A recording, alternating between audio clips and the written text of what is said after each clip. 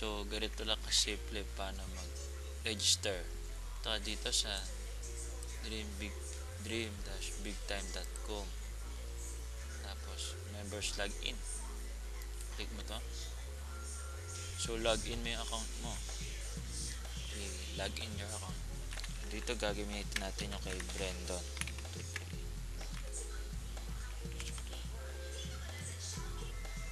Once na naka-login ka na, punta ka dito sa genealogy summary. Tapos dito sa matrix graphical view.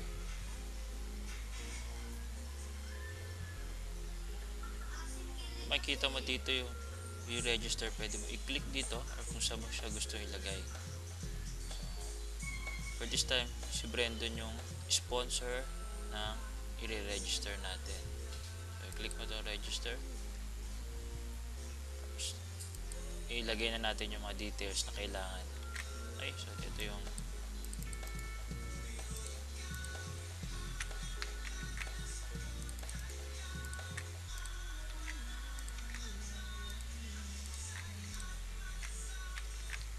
first name.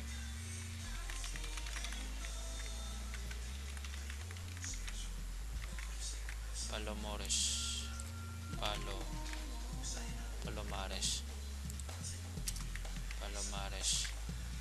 Durango. Okay, so date, ibayan mo na lang yan, paiba mo na lang. Okay, maiiba pa naman yan.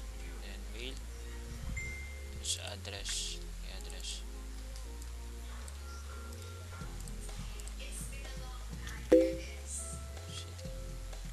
yung zip code, importante yan. Cell number, okay. So yung may mga asterisk ang important.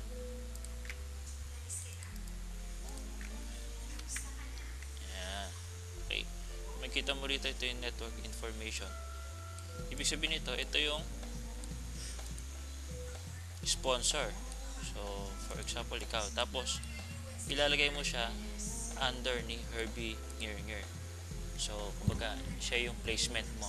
Ito cut natin para mas makita mo. Ayan, matrix placement username. Okay? So, then, nasa left position na siya. So, automatic na to na kung saan mo i-click. Pero kung first time mo na first account mo, first downline mo, ang nakalagay dyan is Brandon. Tapos dito rin sa placement, Brandon din. Kumbaga, siya yung una mo. Nasa either left or right mo.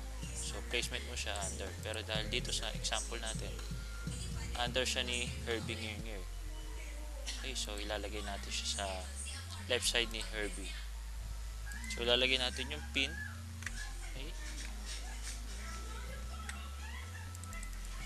Then, yung pin number 2. Then, type mo lang yung kailangan i-type. Then, agree and then register me.